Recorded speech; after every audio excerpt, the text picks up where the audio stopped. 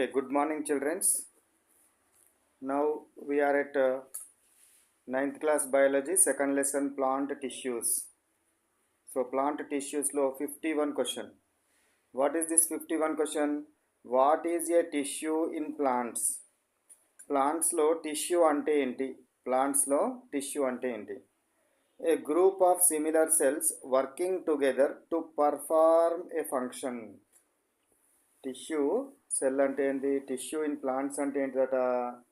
A group of similar cells working together, ఒకే రకమైనవి ఒకదానిచే ఒకటి కలిసి ఒక ఫంక్షన్ ఏదైనా ఒకదానిని నిర్వహించడం కోసం చేసేదాన్ని ఏమంటారంటే టిష్యూ అంటారు. సో ఒకే రకమైన ఆకృతి ఉండి ఒకే రకమైన పనులు చేయడానికి ఒక గ్రూప్గా ఏర్పడే కణాల సమూహాన్ని ఏమంటారు? టిష్యూ అంటారు. టిష్యూ అంటే తెలుగులో ఏంటిది? కణజాలము.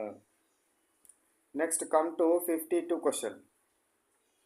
Into how many major types are plant tissues classified? So plant tissues ఎన్ని రకాలుగా క్లాసిఫై చేసినారు అంటున్నాడు. 2 types. They are what? One is meristematic tissues and permanent tissues. Meristematic tissues and permanent tissues. So meristematic tissues అంటే ఏంటివి?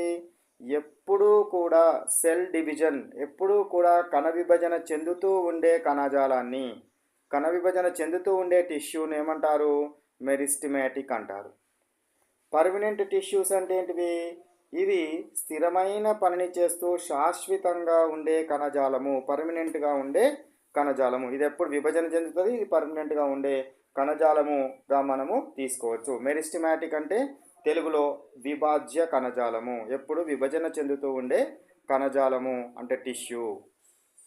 Next come to 53 question.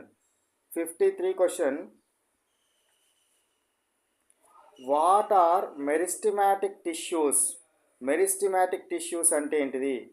Tissues composed of actively dividing cells responsible for growth.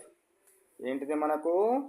ఇది కణాలు ఎప్పుడు చురుగ్గా ఉండి ఎప్పుడు యాక్టివ్గా ఉండి కొత్త కణాలను, న్యూ సెల్స్ని డివైడ్ చేస్తూ కొత్త కణాలను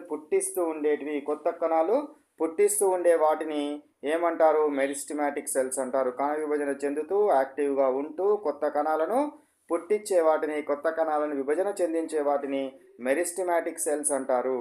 మరి ఎందుకు ఈ కొత్త కణాలను ఇట్లా విభజన చెందిస్తూ ఇవి చేయడం జరుగుతుంది అని అంటే గ్రోత్ కోసము, పెరుగుదల కోసము. ఎందుకోసము? పెరుగుదల కోసము. లావు కావాలన్నా కూడా ఈ విభాజ్య కణజాలాలే, మెరిస్టమాటిక్ కణజాలాలే ఉపయోగపడడం జరుగుతుంది లేదా కారణము.